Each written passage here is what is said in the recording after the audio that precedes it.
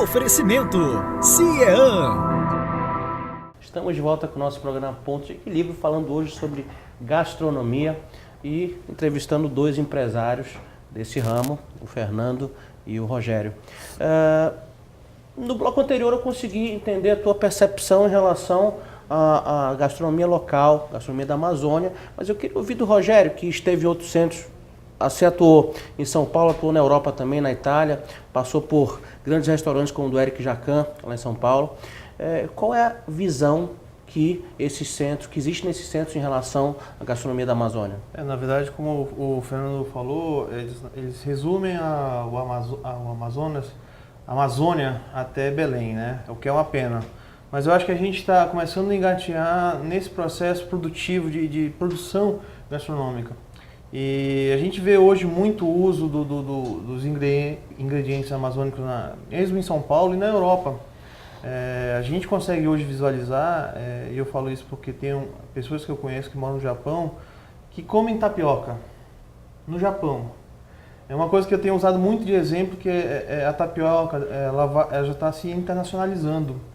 E por mais que existam pessoas que queiram ter a origem da tapioca, nunca vai deixar de ser amazônico. Isso é uma coisa nossa. E a gente vê o uso da tapioca, a gente vê o uso do tucupi, o jambu. São coisas que eles estão começando a descobrir e ficar encantados, né? Só que a gente, aqui mesmo em Manaus, a gente não tem esse processo produtivo que consiga nos atender aqui em Manaus, quanto mais para fora, né? Então eu acho que é importante a gente batalhar nessa cadeia produtiva de atender o nosso público interno como o público externo também, porque a gente pode querer expandir mais, mas não tem capacidade disso. Fernando, e que caminho a culinária local deveria trilhar para conquistar uma projeção maior, nacional e internacionalmente? O que falta? Falta, eu acho que, primeiro, a valorização do produtor local. Segundo, uma legislação própria, porque nós não temos legislação para as produções locais. Por exemplo, se você quiser exportar tucupi, você não pode. Então, como a gente vai difundir o tucupi na Europa, por exemplo, se o tucupi não pode sair da região amazônica? Entendi. É complicado. Então, barreiras... não existe uma legislação para isso. Muito bem. A própria produção de mel das abelhas regionais não pode ser vendida também. Então, existe essa barreira. Uma barreira fitossanitária, chamamos. Fitossanitária. Aí tem essa questão da competição, que eu acho isso muito ruim para todo mundo. Os estados querem se apropriar para si dos ingredientes, como eu coloquei antes, e às vezes gera uma competição de egos também entre alguns chefes que também querem se apropriar do ingrediente ou da forma de utilizar o ingrediente, ao invés de se unir.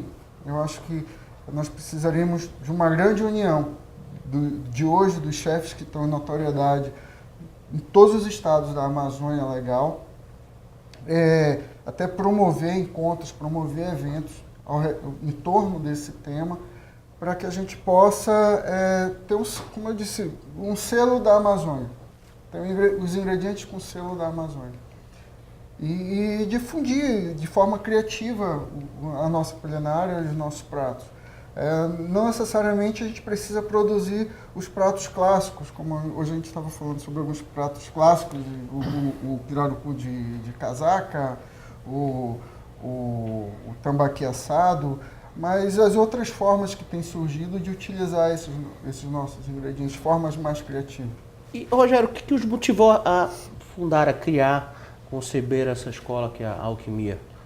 Então, a gente conversou muito, eu e o Fernando, a partir de um evento que teve ano passado com o Alex Atala. Ele já vinha Que é aquele evento promovido pelo governo do estado, para um público muito seleto, para especialistas, para formadores de opinião, e o Alex Atala esteve por aqui interagindo, conversando com vocês. Essa parceria surgiu ali? Começou ali. Na verdade, o Fernando já tinha um projeto que desde 2011, né? 2 anos já correndo, E eu estava 1 ano correndo atrás desse projeto, né? E acabou que no final, a partir desse evento do Alex Atlas, a gente juntou forças e resultou na alquimia, agora em dezembro, né? Mas foi muita conversa, foi muita preparação, a gente queria fazer uma coisa diferenciada, atender o mercado que eu acho que está em expansão em Manaus e a gente precisava fazer alguma coisa diferenciada, né?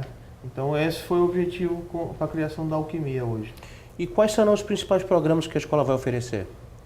Olha, o foco principal da alquimia é o ensino da gastronomia na prática.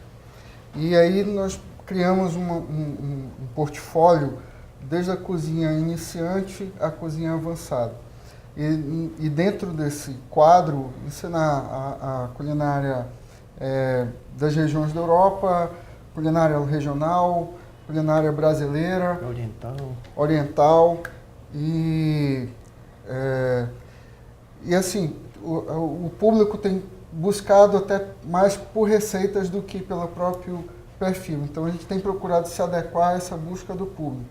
E aí nós difundimos o calendário baseado em receitas. Basicamente esse de janeiro, início de fevereiro. Cursos de curta duração, cursos de um dia, de algumas horas, são de algumas horas. Mão na massa, literalmente. Literalmente. Então, as receitas desse período agora foram muitas divididas entre receitas italianas e receitas brasileiras. E como negócio, vocês acham que Manaus é uma praça cujo público demandava essa proposta? Eu acredito que sim, até porque a gente começou a operacionalizar com um público até muito bom, até um pouco além das nossas expectativas. Então, eu acho que Manaus, tenho certeza que Manaus tem um público muito exigente e que quer realmente aprender formas novas de cozinhar, né? Então, eu acredito que esse seja o nosso grande objetivo. E esse modelo ainda não tinha na região norte. Então, vocês são pioneiros. Esse modelo, nesse formato, ainda não tinha na região norte. Muito bem, assim nós chegamos no final deste segundo bloco. Daqui a pouquinho estaremos de volta. Até já. Oferecimento CIEAN.